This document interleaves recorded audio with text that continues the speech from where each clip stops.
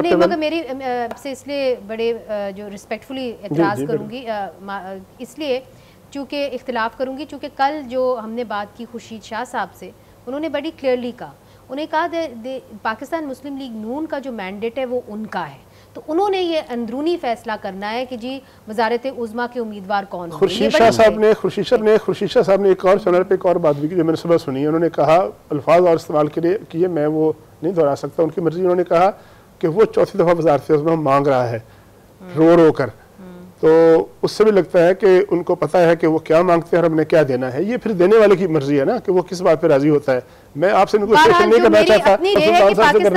Pakistan peoples party insist नहीं करेगी कि या शहबाज शरीफ साहब हो या नवाज शरीफ हो, ये कुशादतदिली होगी पीपल्स पार्टी की। ये मेरी अपनी मगर क्योंकि मामलात जो हैं वो सिर्फ पंजाब तक नहीं है। देखिए खैबर पख्तूनख्वा के अंदर स्वीप हमने देखा है पाकिस्तान तहरीक इंसाफ की तरफ से, और बैरिस्टर गौहर ने वहाँ हुकूमत बननी है पीटीआई नहीं, वो एक और बैरिस्टर गौहर ने एक बड़ी अहम प्रेस कॉन्फ्रेंस की है। उसकी कुछ झलकियां जो हैं हम आपको दिखाना चाह रहे हैं, ये दिखाने के लिए कि बैरिस्टर गौहर जो हैं वो ये कह रहे हैं कि 100 से ज़ायद, चूँकि 100 आज़ाद उम्मीदवार अभी आ रहे हैं, मगर वो ये कह रहे हैं, और एहसन इकबाल साहब कह रहे हैं ये जो सब आज़ाद उम्मीदवार हैं ये सब तो पीटीआई के नहीं है। जो हमने अपनी भी वर्किंग की उसमें तो ये वाजे हो गया, मगर बैरिस्टर गौहर कह रहे हैं कि उनके पास 100 से ज़ायद उम्मीदवार हैं। वो क्या कह रहे हैं आपको दिखाते हैं।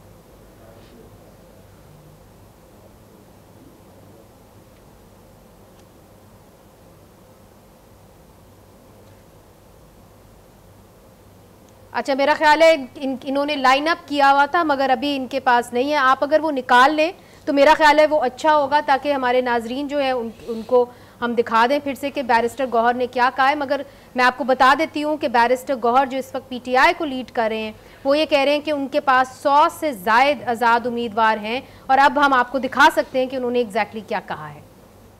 मेजॉरिटी अगर है तो पाकिस्तान तहरीक इंसाफ के पास है।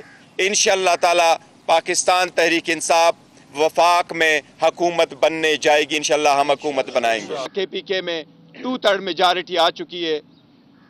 इसी तरह पंजाब में हम मेजॉरिटी में जा रहे हैं। मेहरबानी करके इस मैंडेट का एहतराम करते हुए नताइज का जल्द से जल्द आज 12 बजे से पहले सारे ऐलान किया जाए। जिन सीटों पे हमारे नताइजों को रोके रखा गया है वो प्रोसेस डिले किया गया है और दानिस्ता तौर पर मेजॉरिटी को कन्वर्ट की जा रही है हमारी विनिंग सीट को एक डिफीट की शक्ल देने के लिए। इसलिए कल हम इंशाअल्लाह ताला जिन इलाकों में वो रिजल्ट डिक्लेयर नहीं हुआ उन कंस्टिट्यूएंसी में उनके मुतालिका आरओ के दफ्तरों के सामने कल हम एहतजाज करेंगे। तो फरजाना अली साहिबा हमारे साथ मौजूद हैं, खैबर पख्तूनख्वा से पेशावर में बैठी हुई हैं। फरजाना अली साहिबा, ये जो बैरिस्टर गौहर ने बात कही है और ये बाइट शायद उन्होंने दिखाई नहीं, मगर उन्होंने ये कहा है कि 100 से ज़ायद आज़ाद उम्मीदवार हमारे साथ मौजूद हैं, इस वक्त हम हुकूमत बना सकते हैं। अब पाकिस्तान तहरीक इंसाफ क्या सोच रही है? बहुत शुक्रिया मुनीज़े। मैं आपको सबसे पहले एक ब्रेकिंग न्यूज़ दे दूं, चूँकि आपका प्रोग्राम चल रहा था तो वो न्यूज़ हमारे पास ज़रा डिले हो गई है। अली अमीन गंडापुर ने राब्ता किया है जमात इस्लामी के जो सियासी इंचार्ज हैं बहरुल्ला साहब से, और उनको कहा है कि वो मिलकर खैबर पख्तूनख्वा असम्बली में हुकूमत बनाएंगे। खैबर पख्तूनख्वा में, अगर मैं आपको खैबर पख्तूनख्वा असम्बली में उनकी नशिस्तें बताऊं तो वो 87 हैं, जबकि कौमी में उन्होंने 36 नशिस्तों पर कामयाबी हासिल की है। हमारे यहाँ 3 हलकों पर इंतखाबात नहीं हुए। एक में आपको याद होगा कि बाजोड़ में यानी की जो सीट थी उसमें वो कत्ल हो गया था उम्मीदवार का। पीटीआई के कारकुन थे, लेकिन बहरहाल वो पीटीआई के उम्मीदवार नहीं थे, आज़ाद उम्मीदवार थे। अच्छा, दूसरे 2 सीटें थी जहाँ पर के इलेक्शन नहीं हुए, उसमें जो उम्मीदवार थे वो वफात पा गए थे। तो अब जमात इस्लामी की तरफ जो है वो जारी है तहरीक इंसाफ, खैबर पख्तूनख्वा में राब्ते हो गए हैं, और दूसरी तरफ से उन्हें ये कहा गया है कि बिल्कुल आप एक वफद की शक्ल में इनिशिएटिव लीजिए। और ये थोड़ी देर पहले ही हमारे सीनियर रिपोर्टर शहाबुद्दीन साहब ने बहरुल्ला साहब से बात की है, उन्होंने इस चीज़ को कंफर्म किया है कि बिल्कुल अली अमीन गंडापुर ने भी राब्ता किया है और फिर यही बात हुई है कि दोनों अपने अपने मरकज़ से, ज़ाहिर है अली अमीन गंडापुर ने तो एक अपने उनके पास एक अथॉरिटी है, और हम ये भी देख रहे हैं कि आने वाले दिनों में भी उन्हें बड़ा कोई अच्छा रोल मिलने वाला है खैबर पख्तूनख्वा में। तो दूसरी तरफ बहरुल्ला साहब की तरफ से ये फिर बात सामने आई है कि मरकज़ से बात करने के बाद हम फिर इस पर बैठेंगे, गुफ्तगू करेंगे, आप अपना एक वफद भेजिए और इस इनिशिएटिव को आगे बढ़ाते हैं। तो ये एक सिचुएशन जो है वो हमारे सामने आ रही है। हालांकि मरकज़ में पहले बात हो रही थी कि मजलिस वादतुल मुस्लिमीन के साथ शायद वो अपने जो आज़ाद अरकान हैं उनको शामिल करके जाएंगे। अब देखते हैं कि क्या पख्तूनख्वा में उनकी अलहदा स्ट्रेटजी है और मरकज़ में क्या उनकी अलहदा स्ट्रेटजी होगी। तो इन दोनों चीज़ों को वो लेके चल रहे हैं। तो अच्छा फरजाना, मुझे एक बात बताइए कि जमात इस्लामी ने अभी तक तो कोई सीट जो है वो नहीं जीती मरकज़ में, तो फिर खैबर पख्तूनख्वा के अंदर क्यों ज़रूरत पड़ गई अली अमीन गंडापुर को जमात इस्लामी को साथ लेने की? क्या उनके पास सीट्स काफ़ी नहीं है? चूँकि यहाँ पे तो सिंगल मेजॉरिटी तो आ रही है खैबर पख्तूनख्वा में आज़ाद उम्मीदवार की। अब ये पता नहीं चल रहा कि उन आज़ाद उम्मीदवार में से कितने जो हैं वो PTI बैक्ड कैंडिडेट्स हैं।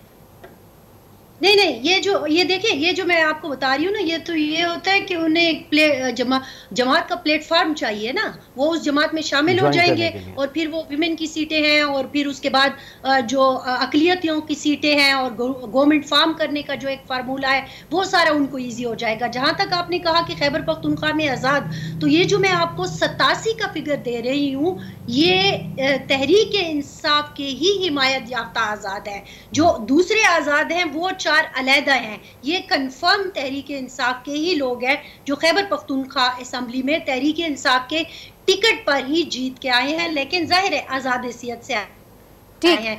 तो बिल्कुल जबरदस्त किस्म की मेजॉरिटी है उनके पास। कि आपको याद होगा कि पिछली जो हमारी असेंबली थी उसमें इनको 73 या शायद 75 मिले थे। आपकी बात ये है, और एक बात भी आपको बताऊं, 8 जो तहरीक इंसाफ के हिमायत याफ्ता उम्मीदवार थे जो हारे हैं वो पेशावर हाई कोर्ट चले गए हैं, उन्होंने इंतखाब को चैलेंज कर दिया है। बिल्कुल। तो अगर वो भी हारते हैं तो फिर जाहिर है इनकी तादाद में मजीद इजाफा हो जाएगा। अच्छा, मुजीब साहब से भी चेक करते हैं। फरजाना साहिबा आपकी जानिब फिर से आएंगे, चूंकि खैबर पख्तूनख्वा में हमने देखा है खून रेजी भी हुई है और आज की ये खबर है कि मोहसिन दावर साहब को गोलियां मारी गई हैं, वो ज़ख्मी तो हुए हैं, उनको ज़ख्म हुए हैं, टांगों पे हुए हैं और शुक्र है वो बच गए हैं, मगर खून रेजी हुई है। और ये वाक़या जो हुआ है ये मीरान शाह के अंदर हुआ है।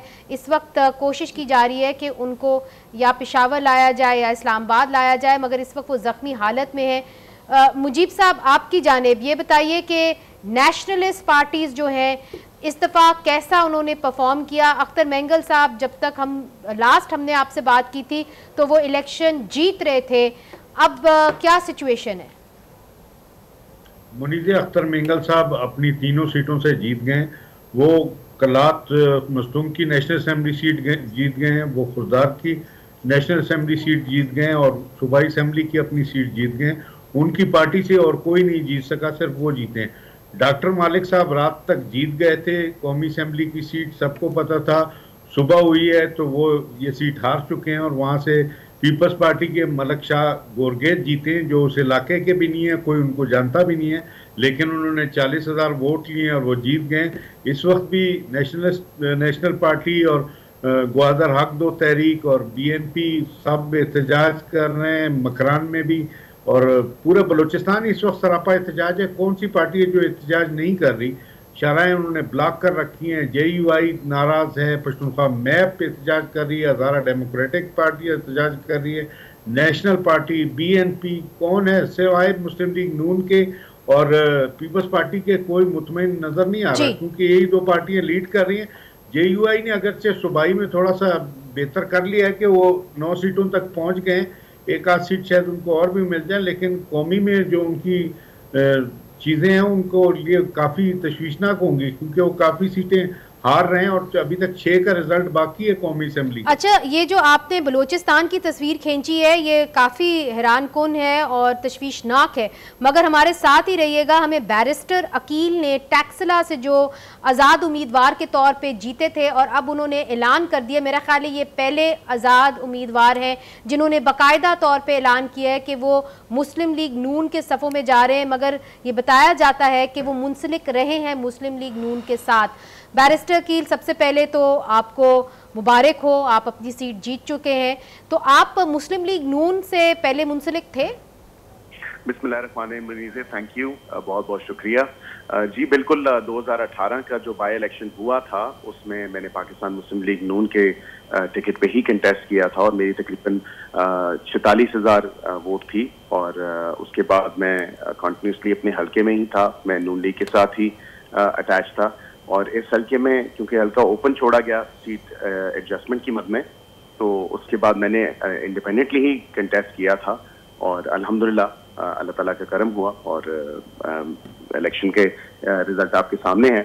अल्लाह ताला ने और हल्के की अवाम ने बड़ा करम किया है। अच्छा, हमारे साथ तारिक चौधरी साहब भी मौजूद हैं जो इस्लामाबाद के ब्यूरो चीफ हैं, वो भी आपसे कुछ पूछना चाह रहे हैं।